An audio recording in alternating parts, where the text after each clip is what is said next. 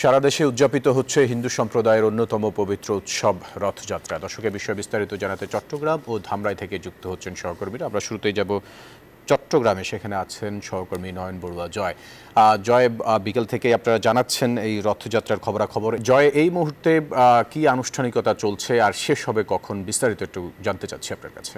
দেখতে পাচ্ছেন যে রথযাত্রা শুরু হয়েছে চট্টগ্রামে, বিভিন্ন সড়ক কিন্তু প্রদক্ষিণ শুরু করা হয়েছে। 3টা থেকে কিন্তু রথযাত্রার আনুষ্ঠানিকতা শুরু হয়েছিল বন্দরনগরী চট্টগ্রামে। আমরা দেখছি এখানে হিন্দু ধর্মাবলম্বী যারা আছেন তারা কিন্তু নেমে পড়েছেন, শোভাযাত্রায় তারা অংশ নিয়েছেন।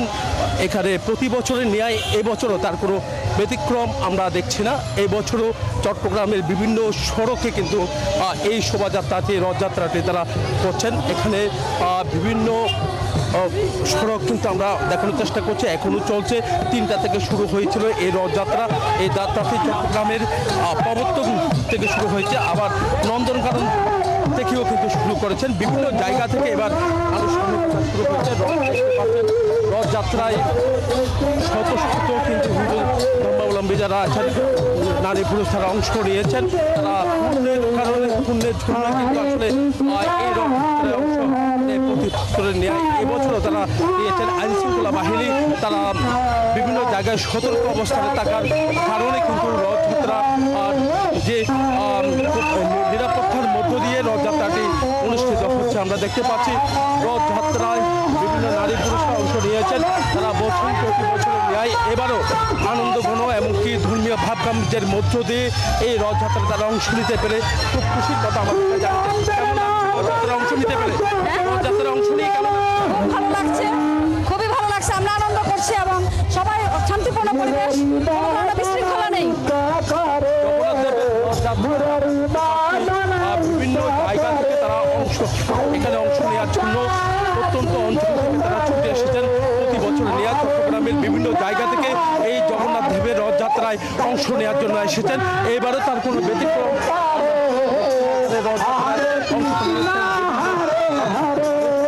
বাহিনী তাদের সতর্ক অবস্থান কিন্তু আমরা দেখতে পাচ্ছি।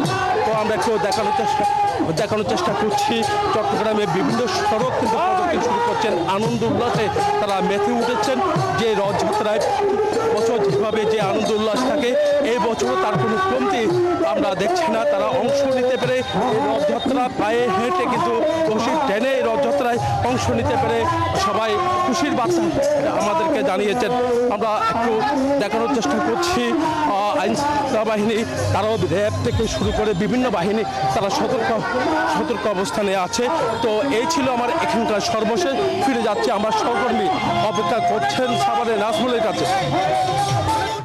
কিন্তু রথটান অর্থাৎ সকল আনুষ্ঠানিকতা কিন্তু এরই মধ্যে শেষ হয়েছে এবং প্রতিমাগুলো কিন্তু রথে উঠানো হয়েছে। এবং আপনারা জানেন যে এই রথের যে উৎসব, সেই উৎসব কিন্তু এখন পুরোদমে ধামরাইতে চলছে। এবং আমরা যদি আপনাদেরকে একটু দেখাতে চাই যে পুরোহিত কিন্তু যে স্বরাষ্ট্র উপদেষ্টা, তিনি পুরোহিতের হাতে যে পাটের রশি, সেই রশিটি দিয়েছেন এবং সেই সঙ্গে মঙ্গল প্রদীপ জ্বালিয়েছেন।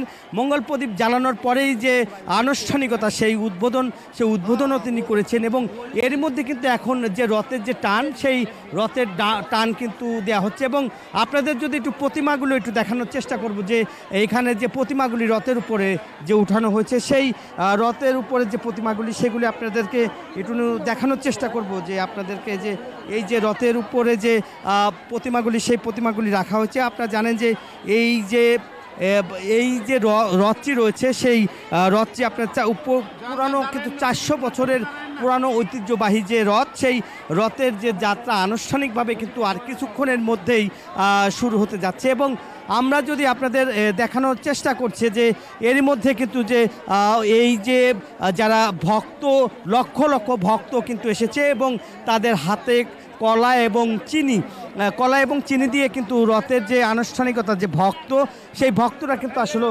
আসলে বরণ করে নিতে দেখছে যে ভিড় করছেন। এবং রথের টান দেওয়ার জন্য কিন্তু তারা এসেছেন। এবং টান দেওয়ার পরে যে তাদের যে পূর্ণতা, সেই পূর্ণতা বা তাদের যে আশা আকাঙ্ক্ষা, সেই কথাই আসলে বলা হচ্ছিল।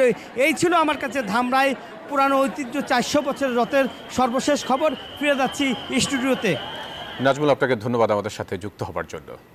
বান্ডেল থাকলে প্রতি সেনমানিতে টাকা বাঁচবে। বিকাশ সেনমানি বান্ডিল কিনে জিতুন প্রতি লেনদেনে।